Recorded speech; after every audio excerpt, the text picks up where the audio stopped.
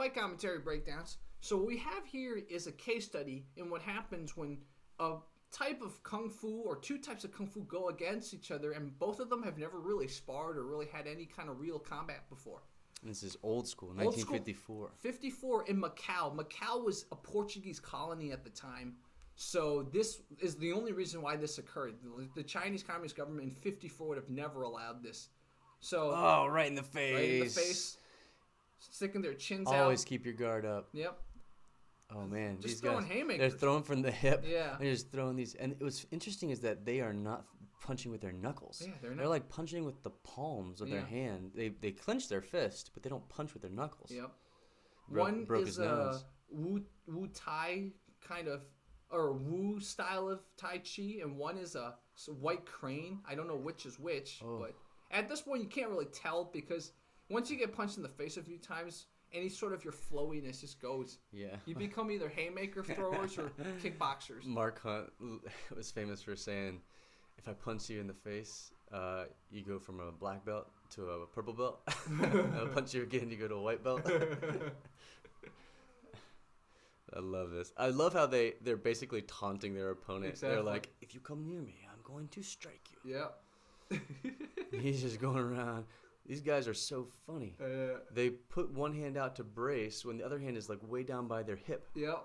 I wonder why. Oh, this is a replay. Yep. Blocked it, but yes, he didn't take a huge hit there. Mm-hmm. He's getting a little lit up here. Yep. But these are like glancing because they're not punching with their front two knuckles. They could easily break their wrists. Yep. I mean, this looks like two little kids fighting. It does. That's exactly what I was gonna say. Oh, right there. It was great, though. Okay, so that's great. I mean, in terms of, like, traditional boxing, you pivot your ass out of the way, and then you deliver a hook simultaneously.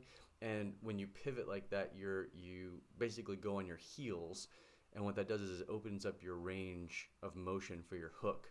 And because they're already coming forward, they're off balance, and when you hit them with that hook, it's really significant. Haymaker City, man. Yeah, dude, these guys are wild. That guy threw a little kick, dude. I think that was it, man. I think. Oh no, I don't know if the match continues. Okay, I guess it continues. This is the second one, the second bout. They're much more controlled now. Yeah, they've been hit. They're like tired of it. And God, I hate the swinging and having their chin all high. Yeah, well, these guys are, they are just testing the waters. Yep. They don't know what they're doing. Look, see, he just hurt his wrist. Yeah. He's like, I just broke my wrist. Why no? Throw more kicks, man. Come on. Yeah, 0 kicks. Yeah. At least he's got the jab going. Yep. He's trying to. That's interesting. He actually struck the hand. He's striking the hand. He is. That is so interesting. They would go through kicks. I never ever thought to strike a hand except to like parry. You know what I mean? So that I could strike the face. Yeah. Until I started training Kali with a friend of mine, and she was explaining how she has Kali and she has like a eskrima, so she has knives and sticks and stuff like that. And she talks about how they work their way inward. You know what I mean? They cut fingers and Makes then sense. slice tendons in the forearm or whatever, and then work their way to the heart. Whereas I'm thinking like as Muay Thai, I'm thinking like body shot, head shot. Yeah.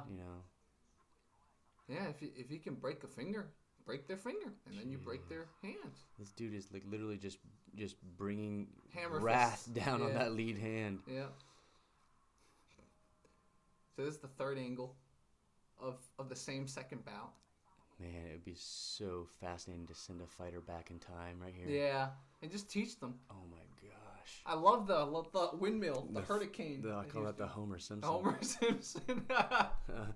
Or the Bart Simpson, I guess. The Bart Simpson. I'm just going to do this, and if you get in my way, it's your fault. Oh, that was a good feint. He's like, I'm going to step and then stop. This is what you saw when he was trying to attack the hand, and boom! Oh. But I think that haymaker might have hurt his hand, too. Yeah, he like broke his wrist here, because look, Yeah. he's like, oh no. Dude, getting hit on the back of your wrist like that, and on the top of your hand, hurts so much. You have so many nerves there. Oh, true. Oh, he did throw a kick. Good, finally. That's probably because one of his hands was hurting. Yeah.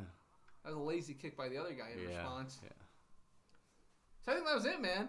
Wow, 1954. 1954. This was Kung Fu versus Kung Fu, a style of Tai Chi versus a style of White Crane. I don't know what White Crane is. Probably a style of more wushu type of Kung Fu.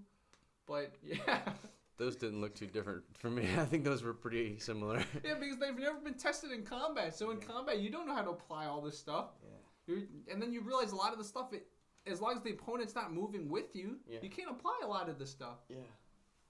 So, wow. Dude, classic, man.